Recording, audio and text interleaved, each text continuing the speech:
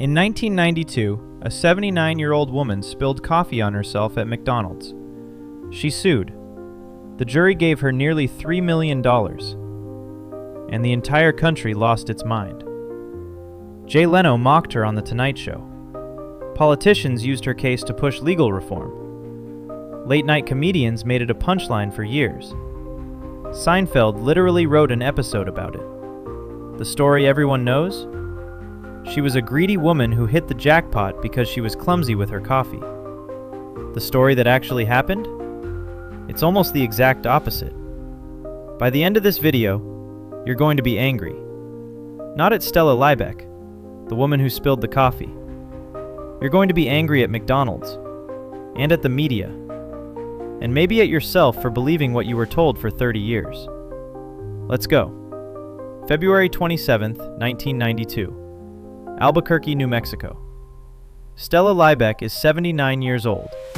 She's a passenger, not a driver, that detail matters, in a car driven by her grandson. They pull into a McDonald's drive-thru. She orders a coffee. The car is parked in the lot. She puts the cup between her knees to add cream and sugar. The lid comes off. The coffee pours onto her lap. Now here's where the story starts to diverge from what you've been told. The burns she suffered were not minor. They were not the kind of ouch that stings burns you get from a hot shower. We're talking third-degree burns, the most severe category, covering 6% of her body. Her inner thighs, her groin, her buttocks. She spent 8 days in the hospital. She required skin grafting surgery. She went through 2 years of medical treatment. She lost 20% of her body weight during recovery. She was partially disabled for 2 years. This was not someone trying to game the system. This was an elderly woman in genuine, serious medical distress. So what did she do? She didn't immediately call a lawyer. She wrote a letter to McDonald's, asking them to cover her medical bills, which were around $10,500, and to look into the temperature of their coffee so no one else would get hurt. McDonald's response? They offered her $800. $800 for 2 years of medical treatment and 2 years of partial disability. Here's the part they never told you on the news. McDonald's had a corporate policy requiring all franchisees to serve coffee between 180 and 190 degrees Fahrenheit. That's 82 to 88 degrees Celsius. For context, most home coffee makers produce coffee at 135 to 150 degrees. Other fast food restaurants at the time were serving coffee at around 160 degrees. At 160 degrees, if you spill coffee on your skin, you have roughly 20 seconds before you suffer a serious burn, usually enough time to wipe it away. At 190 degrees, you get a third-degree burn in 3 seconds. 3 seconds. And here's the part that should make your jaw drop. McDonald's knew. They had known for over 10 years. Their own records showed more than 700 people, including children, had been burned by their coffee before Stella Liebeck ever walked into that drive-thru. They had paid out settlements in dozens of those cases. When asked why they didn't lower the temperature, their own expert witness gave this answer. The number of burns was, quote, not significant compared to the billions of cups of coffee they served every year. Let me translate that into plain English. McDonald's calculated that the lawsuits from burned customers cost them less than the revenue they'd lose if they slowed down their coffee brewing process. So they kept burning people, and they never warned customers how hot the coffee actually was. The cup said, "Contents hot." That's it. No indication that hot meant will cause irreversible skin damage in under 5 seconds.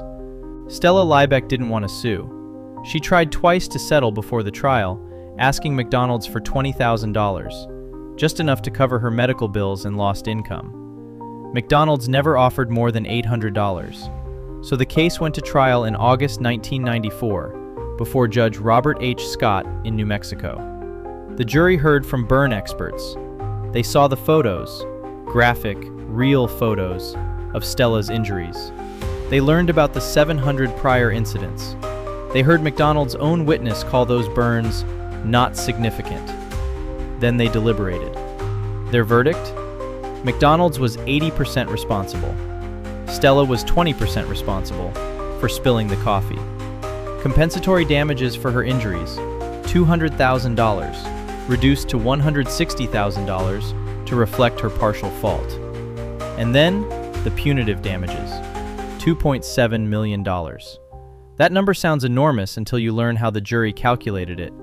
It represented exactly 2 days of McDonald's coffee sales revenue at the time. The jury wanted McDonald's to feel it. One juror told the Wall Street Journal that after seeing the evidence, he believed the company was showing, quote, callous disregard for the safety of the people. The judge later reduced the punitive damages to $480,000, 3 times the compensatory damages, which was actually the standard formula. The parties then settled for a confidential amount, believed to be under $500,000. Stella Liebeck did not get rich. She got her medical bills covered, eventually, after years of suffering, and only after McDonald's refused every reasonable offer to settle. So how did this case, a legitimate lawsuit against a corporation that knowingly burned hundreds of people, become the poster child for frivolous lawsuits? The media, and a very deliberate political campaign. In the weeks after the verdict, news coverage stripped away almost every important fact. Reports said she was driving. She wasn't. Reports called the burns minor. They weren't. Reports said she got millions. She didn't. Then the late-night hosts piled on. Then the politicians. Republican lawmakers were pushing tort reform at the time, limiting how much individuals could sue corporations. And Liebeck's case became their perfect villain. The Common Sense Legal Reform Act used her story as Exhibit A for why lawsuit limits were necessary. The irony? The case was not frivolous. It was exactly what the civil justice system is designed for, holding a corporation accountable when they prioritize profit over safety, even after they've been warned, even after they've paid out dozens of settlements, even after the evidence is overwhelming.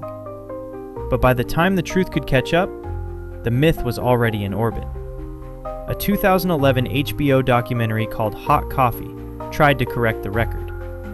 The New York Times ran a retrospective in 2013. Legal scholars have written extensively about it. It didn't matter. The punchline had already won. And today, 30 years later, the case is still used to mock people who sue corporations. Still used as the definition of a frivolous lawsuit. Still wrong. Here's what I think this case actually is. It's a masterclass in how a corporation can shape public perception to protect itself, and how the media, chasing a punchy headline, will help them do it without realizing it. McDonald's didn't win in court. They lost. But they won in the court of public opinion, and that victory was worth far more. Because for 3 decades, anyone who brought up the McDonald's coffee case was immediately dismissed. The case became a cultural shorthand for stupid lawsuits, and that made every future lawsuit against a corporation a little bit harder to take seriously. Think about that next time you hear someone call a lawsuit frivolous. Ask yourself, have you actually seen the evidence? Or have you just been told what to think? Stella Liebeck wasn't greedy. She wasn't clumsy. She was an old woman who got badly hurt by a company that knew its product was dangerous and chose to do nothing about it, because the math said it was cheaper. She died in 2004. Her daughter said the burns and the court battle had taken their toll, and that in the years after the settlement, Stella had no quality of life. She just wanted McDonald's to turn down the temperature. If this case surprised you, you're not alone. Most people have never heard the real version. If you want more cases where the headline got it completely wrong, subscribe, because that's exactly what this channel is about.